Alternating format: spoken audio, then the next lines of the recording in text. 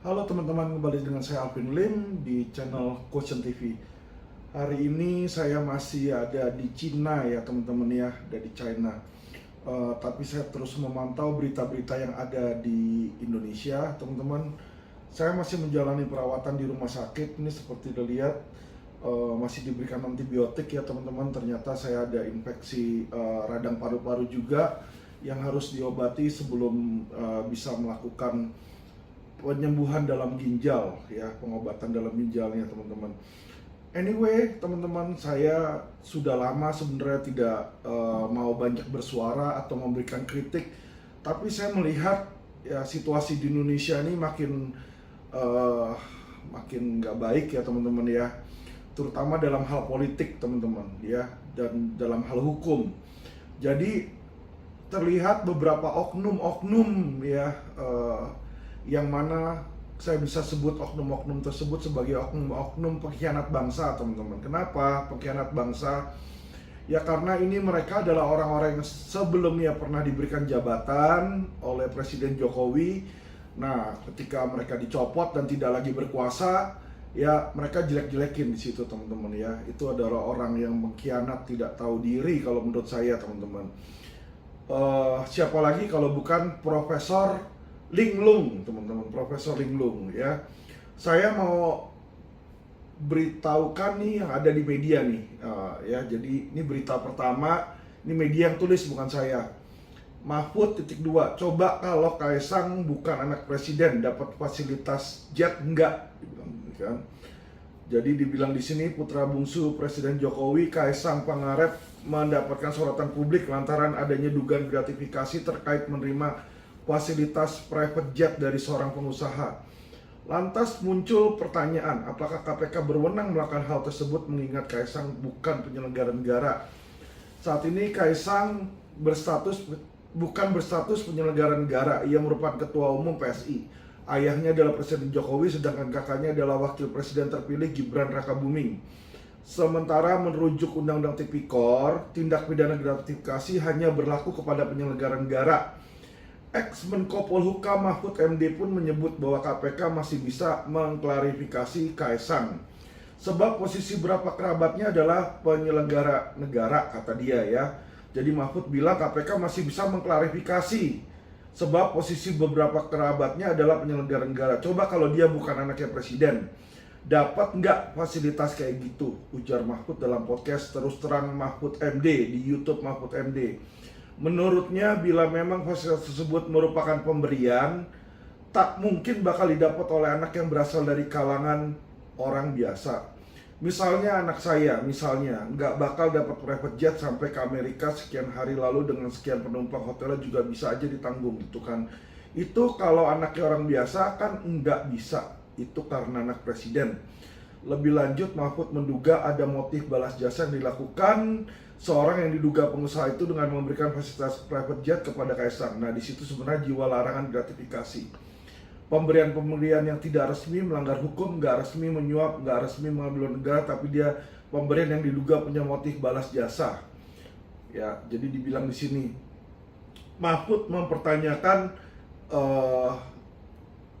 Kaisang yang mendapatkan fasilitas private jet katanya. Jadi walaupun bukan penyelenggara negara, tapi dia juga anak presiden, katanya seperti itu ya. Coba kita lihat dulu nih berita lainnya lagi nih. Nggak ada berapa lama muncul berita teman-teman ya. Di kabar 24 ini kata Mahfud soal dirinya naik jet pribadi bersama Anies. Wah, lah justru Mahfud malah naik pribadi nih, jet pribadi sama Anies waktu dia menjadi Menko Polhukam. Dibilang di sini, di sisi lain soal kasus yang menyeret Kaisang soal jet pribadi, Mahfud mengingatkan KPK untuk bersifat tegas katanya. Meskipun pihaknya tidak bisa memaksa KPK untuk memanggil Kaisang, tergantung itikat KPK aja. Tapi kalau alasannya karena Kaisang bukan pejabat, maka perlu dikoleksi dalam dua hal katanya. Menurutnya pendapat tersebut adalah ahistoris. Dia menuturkan banyak koruptor yang terlacak setelah anak atau istrinya yang bukan pejabat diperiksa. Contohnya RA ini ya, Rafael Alun maksudnya dia.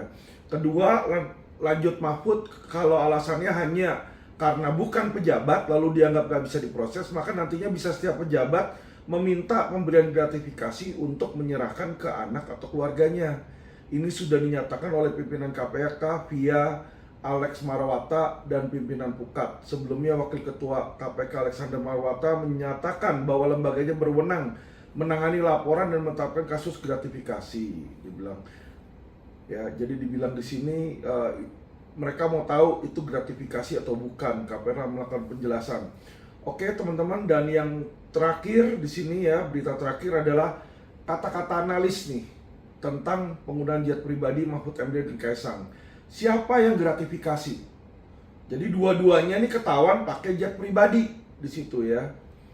Praktisi hukum dan pemerhati politik sosial budaya Agus Wijayanto menyoroti ramainya pemberitaan mengenai penggunaan fasilitas jet pribadi antara Kaisang Pangarep dan Mahfud MD, di mana terdapat dugaan gratifikasi di balik fasilitas jet pribadi oleh Kaisang. Apakah Kaisang pegawai negeri atau pemerintah atau pejabat negara? Karena Kaisang bukanlah pejabat negara, dibilang ini. Sebelumnya mantan Menko Polhukam pun mengaku pernah menggunakan jet pribadi saat masih menjabat ketua MK. Jadi dia menggunakan jet pribadi malah ketika dia masih menjabat ketua MK. Agus menjelaskan pasal 12B Undang-Undang Tipikor mendefinisikan gratifikasi secara luas termasuk penerimaan tiket pesawat. Ya, jadi fasilitas itu walaupun diklaim oleh Mahfud MD tidak mempengaruhi jabatan Mahfud MD, namun identitas jabatan dan pribadi Mahfud tidak dapat dipisahkan. Ya, yang termasuk gratifikasi adalah penerimaan atau pemberian yang diterima oleh pegawai negeri dan penyelenggara negara. Gratifikasi bisa berupa uang, barang, komisi, pinjaman tanpa bunga, tiket perjalanan, fasilitas penginapan, fasilitas wisata, pengobatan, dan sebagainya, ujar Agus ya. Agus menegaskan gratifikasi secara prinsip bersifat netral dan wajar, akan tapi dalam kenyataannya di lapangan gratifikasi bisa diklarifikasikan sebagai suap, dibilang di sini ya teman-teman ya. Jadi teman-teman ya, saya tidak membela Kaisang ya. Di sini saya tidak membela Kaisang. Benernya dia atau salahnya dia biar nanti pengadilan atau proses hukum yang melanjutkan ya, karena saya bukan kuasa hukumnya Kaisang. Tetapi saya mau menegaskan dan menonjolkan satu hal, yaitu tentang sifat-sifat si Profesor Linglung ini ya. Profesor Linglung yang berkacamata ini ya kan, dia nuduh orang dan suruh orang itu diperiksa, yaitu Kaisang disuruh diperiksa KPK. Padahal dia sendiri, ini kita lihat ya di dalam beritanya, dia sendiri menerima gratifikasi berupa ikut juga di pesawat jet. Kalau dia bilang Kaisang tidak akan menerima itu kalau dia bukan anak presiden, saya balik bertanya kepada Mahfud, emangnya lu kalau bukan ketua MK bisa dapat lo jet pribadi? Misalnya lu OB kerja di gedung MK, lu nyapu lantai, emangnya lu bisa dapat pesawat jet pribadi? Ya, otak pakai itu Mahfud ya. Aduh, lu makin lama makin tua, makin nyinyir. Ya, apa yang dia lakukan ini? Dia cuma mau agar podcast dia laku nih di sini. Ya, dia serang Kaisang, dia serang siapa ya. Padahal ketika dia jadi Menko Polhukam, ya kan? Ya, atau jadi ketua MK, lu pejabat negara, Mahkamah Konstitusi, lu tahu hukum. Lah lu sendiri menerima pemberian private jet tuh gimana? Ya kan?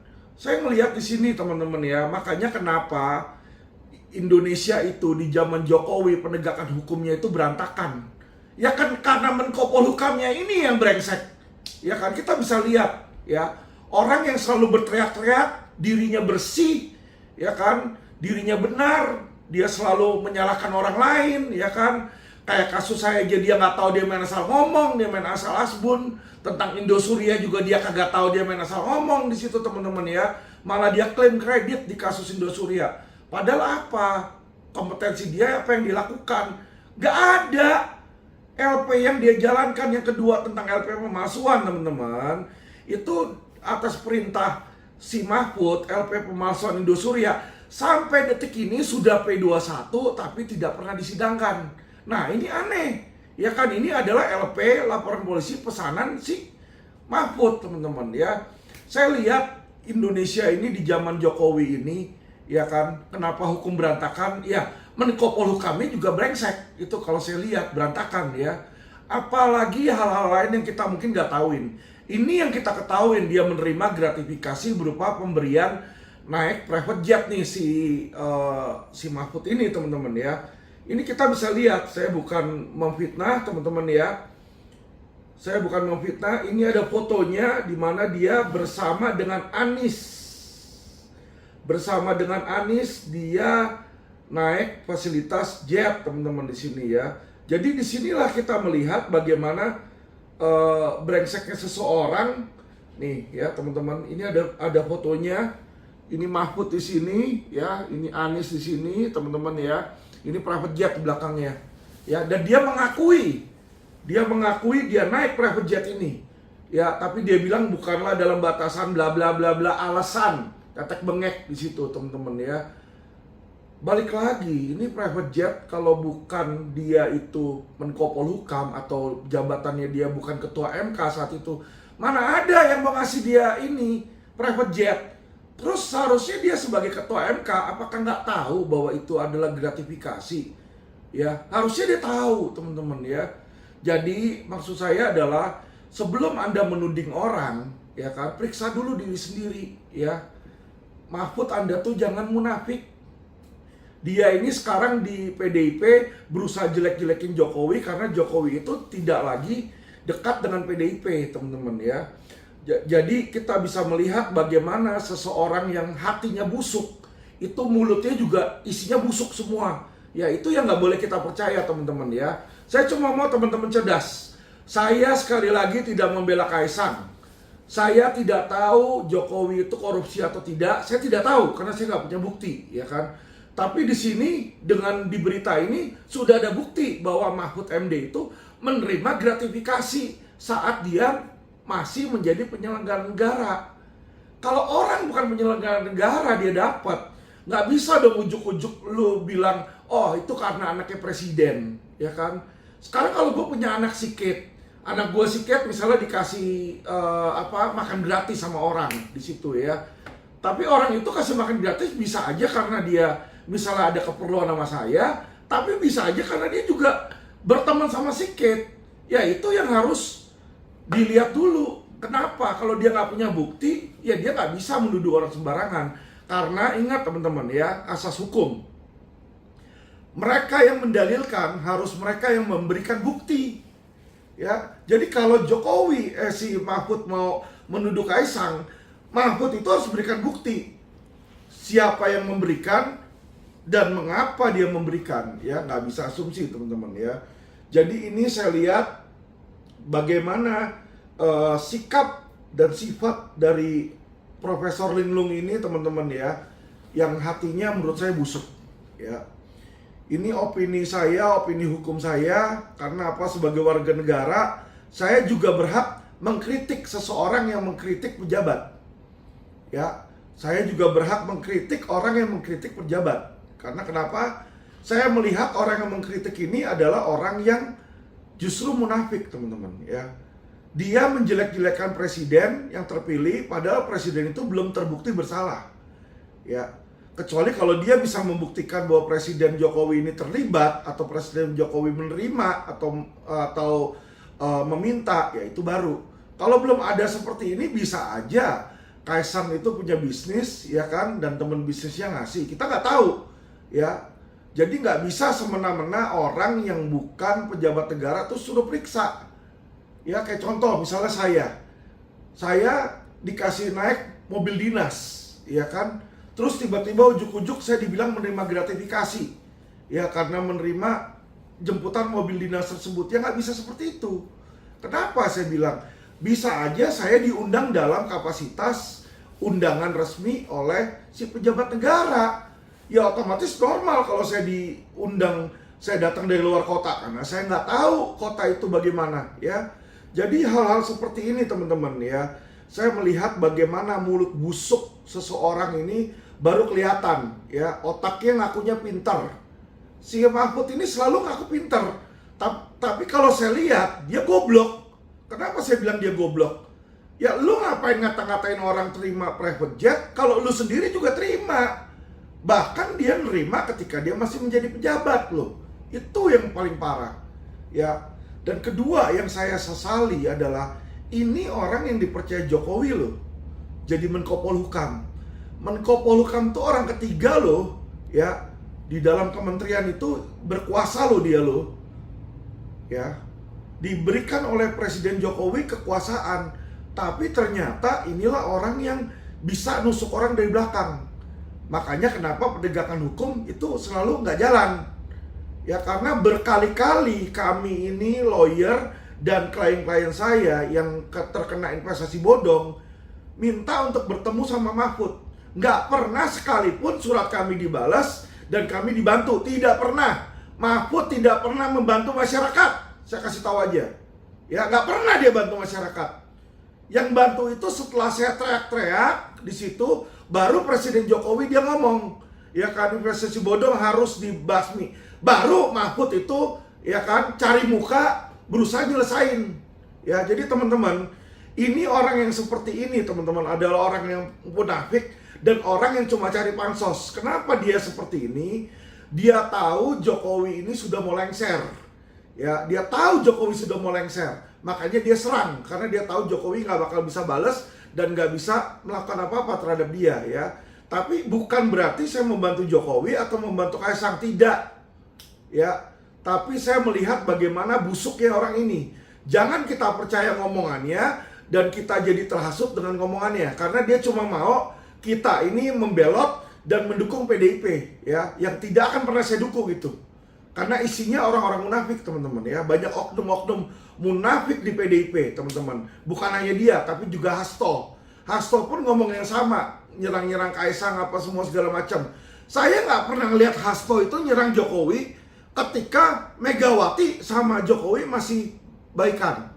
Nggak pernah saya lihat. Berarti apa? Berarti mereka berdua ini adalah penjilat teman-teman ya. Mereka mau jilat ke Megawati sehingga dipikir bahwa mereka adalah loyalisnya PDIP. Padahal mereka adalah pengkhianat bangsa. Karena apa? Mereka lebih mementingkan kepentingan partai dan kepentingan pribadi mereka daripada kepentingan bangsa. Ya, kalau Indonesia ribut, politiknya panas, ya kan mereka senang karena rakyat jadi membenci Jokowi dan pro terhadap mereka nih seolah-olah seperti itu ya. Jangan teman-teman. Ada orang yang benar-benar membela masyarakat, ya. Ada orang yang cuma mau menghasut. Dalam hal ini saya tidak membela Jokowi dan tidak membela Kaisang, tapi saya tidak mau masyarakat terhasut oleh mulut busuk dan mulut kotor dari seorang Profesor Linglung, teman-teman ya. Itu profesor kayak gituan gak usah diinin aja, dia udah dibuang itu. Sama Jokowi udah dibuang, makanya udah gak jadi Menko Polhukam lagi, teman-teman ya. Dan dia juga tidak terpilih menjadi cawapres, teman-teman. Saya sudah bilang sama Ganjar, ya, ya, apalagi ketika Ganjar pasangan sama Menko Polhukam itu sama Mahfud, wah, udah kelihatan itu, ya kan, nggak bakal menang yang kayak begitu teman-teman, ya, karena hati mereka busuk dan saya yakin mayoritas masyarakat juga tahu, ya, mana yang benar-benar bela masyarakat, mana yang tidak, ya, kalau mau tahu tentang Mahfud, boleh tanya ke seluruh korban investasi bodong. Ada nggak yang surat mereka dibalas oleh Mahfud? Nggak ada. Malah Mahfud terimanya siapa? Petisi 100 diterima untuk supaya cara menggulingkan pemerintahan. Nah, dari situ aja kita sudah melihat teman-teman ya, bagaimana negara ini bobrok. Ya, karena orang-orang yang ditempatkan dalam penegakan hukum itu adalah orang-orang bobrok, oknum-oknum teman-teman. Makanya Indonesia nggak pernah maju, itu yang saya lihat. Ya. Beda sama China. Saya ada di China saat ini ya. Teman-teman, saya berbicara dari China. Ya. Saya berbicara sebagai seorang opini hukum, kuasa hukum ya, yang concern terhadap Indonesia. Anda lihat China, kenapa China itu bisa maju? Ya, dulunya China itu tertinggal loh. Dikenal sebagai negara tirai besi. Sekarang China itu bisa maju, saya lihat kotanya maju, rumah sakitnya kita bagus di sini ya, teman-teman ya. Karena apa? Karena teman-teman, mereka itu sangat tegas menindak para koruptor. Koruptor, korupsi langsung di sini jebret, bunuh, hukum mati. Ya, miskinkan, keluarganya dimiskinkan. Jadi orang tuh takut untuk korupsi. Kalau di Indonesia kemarin korupsi timah, ya si siapa tuh, Tamron atau Tamon ya, itu baru divonis sama pengadilan cuma 3 tahun. Korupsi ratusan triliun, vonis 3 tahun. Alvin Lim dibilang masukin KTP, tuntutan 6 tahun. Ya kan jaksa kan kayak begitu ya. Ngerti teman-teman? Ngerti kan? Inilah makanya kenapa Indonesia tuh bobrok. Saya bukan yang menjelekkan negara saya. Saya mengkritik negara saya karena saya sayang dan cinta pada negara saya Indonesia. Tapi, sorry teman-teman, sudah sangat jauh perbandingan antara Indonesia sama China. Ya, saya datang ke negara Cina, di sini saya kaget betapa majunya mereka, teman-teman. Ya, saya di rumah sakit di Indonesia bolak-balik masuk rumah sakit, ketemu puluhan dokter. Saya batuk-batuk, wak. Tiap kali saya podcast saya batuk-batuk, teman-teman mungkin tahu. Ya kan? Saya cek ke dokter paru A, cek ke dokter paru B, jawaban mereka sama. Oh, paru-paru Anda cuma tergenang air karena ginjal katanya. Oke, obatnya apa? Oh, ya, harus cuci darah doang gitu. Tapi ketika saya ke China di sini, ya sekali saya diperiksa, ternyata ketahuan di paru-paru saya ini ada nodul, teman-teman ya. Nodul itu semacam daging tumbuh, infeksi, teman-teman. Ya, semacam infeksi di situ. Nah, ternyata dari situ dokternya kasih saya obat. Ya, antibiotik dan obat-obat lain lah di situ. Dalam waktu 2-3 hari, batuk-batuk saya ini sudah mereda jauh, teman-teman. Badan saya juga sudah lebih bertenaga dibanding sebelumnya. Karena sebelumnya ketika saya batuk-batuk, jantung saya berdebar, tekanan tinggi di situ, teman-teman ya. Jadi badan saya selalu sering lemas-lemas, kurang tidur dan lain-lain sebagainya. Jadi dari sini aja, dokter di rumah sakitnya aja kalau dibandingkan, ya dokter di Indonesia itu nggak ngerti apa-apa. Bahkan dokter terakhir, dokter spesialis paru yang saya datengin, teman-teman, dia bilang saya bukan TBC, suruh cek dulu, siapa tahu saya TBC karena batuk-batuk terus. Hasil pemeriksaan negatif TBC, tapi saya mau dipreskripsiin obat TBC, suruh makan 6 bulan di situ. Lah kan gila, orang nggak TBC kalau dikasih obat TBC di situ. Akhirnya karena saya nggak puas, saya nggak datang lagi ke dokter tersebut. Saya check up di China di sini ya. Jadi terlihat diagnosanya bahwa saya ada infeksi di situ, teman-teman ya, sebesar 2 cm. Nah, ini yang sedang diobati dulu sebelum saya menjalani pengobatan di ginjal saya, teman-teman ya. Jadi saya melihat sendiri dan mengalami sendiri bahwa Cina ini negara-negara lain yang dulunya itu di bawah Indonesia, ya sekarang bisa lebih maju daripada Indonesia. Dan Indonesia akan jauh dari 2045 Indonesia emas kalau menurut saya ya. Kalau begini-begini terus, korup terus dan hukum tidak pernah ditegakkan, teman-teman, saya yakin 2045 ini Indonesia nggak jadi Indonesia emas ya. Indonesia sampah mungkin di situ, teman-teman. Karena kenapa? Ya, kepolisian Indonesia aja ini rankingnya paling buruk, paling terkorup di Asia Tenggara. Ya, bagaimana mau maju, teman-teman? Ya, susah itu kalau untuk mau maju seperti ini ya. Yang ada juga sekarang pribuminya saling tusuk-tusukan. Ya toh, kalau dikasih jabatan baru dia muji-muji, itu kayak si Mahfud tuh. Mahfud dikasih jabatan Menko Polhukam, baru saat itu dia dukung Jokowi ya. Ketika dikeluarin dari Menko Polhukam, mulutnya jelek-jelekin, cut. Gunanya apa? Itu gunanya sama kayak Korea Utara sama Korea Selatan, teman-teman. Korea Utara itu selalu ngancem mau nuklir. Untuk supaya apa? Supaya mendapatkan perlakuan khusus, mendapatkan bantuan khusus ya. Untuk kasarnya ngomong tutup mulut. Nah, hal yang sama saya rasa dipergunakan oleh Mahfud. Ya. Dia punya podcast, dia pengen podcastnya itu supaya tutup mulut, akhirnya dijelek-jelekin. Ya, dengan tujuan mungkin agar dia dibeli podcastnya tersebut ya, teman-teman ya. Kita nggak tahu maksud buruk apa yang si Mahfud ini punyain. Karena dia sebagai penyelenggara negara dulunya, ketika masih sama Jokowi, ya kan, kok nggak pernah mengkritik Jokowi, ya kan? Dia yang tahu dan dia yang melakukan penegakan hukum. Kenapa kok dia nggak mempanis orang-orang yang melakukan hal tersebut? Dan kalau dia yang menerima gratifikasi, kok dia nggak ngaku ke KPK? Ya teman-teman, jadi inilah bukti bahwa Mahfud itu adalah seorang yang munafik dan tidak taat hukum, ya.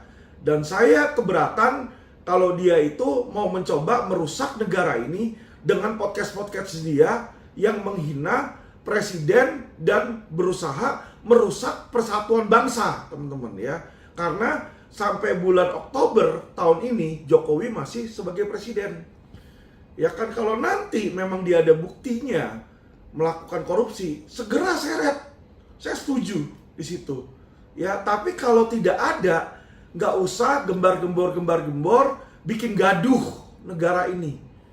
Ya, kita ini sudah pintar Pak Mahfud. Ya, lu nggak usah goblok-goblokin kita. Kita tahu lu yang terima gratifikasi jet, kok lu nuduh orang lain di situ. Kalau lu mau dia diperiksa, lu dulu diperiksa sama KPK dong, lu ngaku dong sana ke KPK. Ya kan? Orang munafik kayak begitu kok, ya. Oke teman-teman, jadi teman-teman, biar ini menjadi pelajaran bagi kita, ya. Jangan banyak percaya sama Mahfud MD di situ. Saya kasih tahu teman-teman, jangan banyak percaya. Saya 3 tahun jadi kuasa hukum investasi bodong, setiap kali suratin ke dia, ke Menko Polhukam, sekalipun nggak pernah dibalas. Dan bukan cuma saya teman-teman, ya. Banyak teman-teman saya lainnya di situ, lawyer-lawyer lainnya yang selalu menyurati dia pun tidak pernah dibalas, teman-teman, ya. Dia tuh nggak peduli sama masyarakat, pedulinya cuma sama diri dia sendiri, dan dia nanganin kasus, bantu kalau bisa membuat dia sukses dan pansos, teman-teman. Kalau enggak, dia cuekin di situ, ya. Makanya kenapa kalau dia nunggu viral dulu, kalau viral baru dibantu, atau kalau Presiden Jokowi udah bicara, ya basmi investasi bodong, baru dia turun tangan. Kalau enggak, dia tidak akan turun tangan, teman-teman, ya. Jadi kalau saya bilang sama aja itu orang makan gaji buta, ya. Dan saya sangat sayangkan Presiden Jokowi, ya, presiden-presiden kita ini banyak memilih, ya, pejabat bukan karena kemampuan otaknya, bukan karena kemampuan kinerjanya, tetapi karena kepentingan partai. Jadi Mahfud ini dipilih sama Presiden Jokowi karena dia orang PDIP, ya, untuk dikasih kursi-kursi PDIP. Sama seperti Yasona Lawli. Yasona Lawli itu ngerti apa? Profesor apa itu? Ya, nggak ngerti apa-apa dia. Lihat aja itu, Rutan. Semua, ya kan, banyak itu korupsi di sana. Dia Menteri Hukum dan HAM loh. Ya, apa pernah dia negakin hukum di Rutan? Tidak pernah. Di situ bukan cuma Rutan, imigrasi itu, ya, banyak juga yang nggak benar di sana. Jadi teman-teman, ya, sudahlah, Indonesia ini akan sulit, ya, kalau kita bikin memperkeruh, karena ekonomi Indonesia sebentar lagi pun juga akan melambat di sini, ya. Yang kita lihat ini, resesi ini akan datang. Jadi kalau kita tambah dengan politik dan hasutan-hasutan, mendengar hasutan-hasutan dari orang-orang yang bertanggung jawab dan orang-orang munafik, ya, Indonesia tidak akan pintar. Jadi masyarakat Indonesia yang saya cintai, saya mau teman-teman ini cerdas, ya. Kita lihat, kita netral saja, kita lihat mana yang baik yang benar, ya, dan jangan percaya kepada orang-orang yang menjelek-jelekan pemerintah hanya untuk menghasut, ya. Hanya untuk menghasut, itu jangan kita dengarkan, ya, kecuali mereka punya bukti valid, teman-teman. Oke, terima kasih teman-teman yang sudah setia di Quotient TV, dan salam cerdas hukum.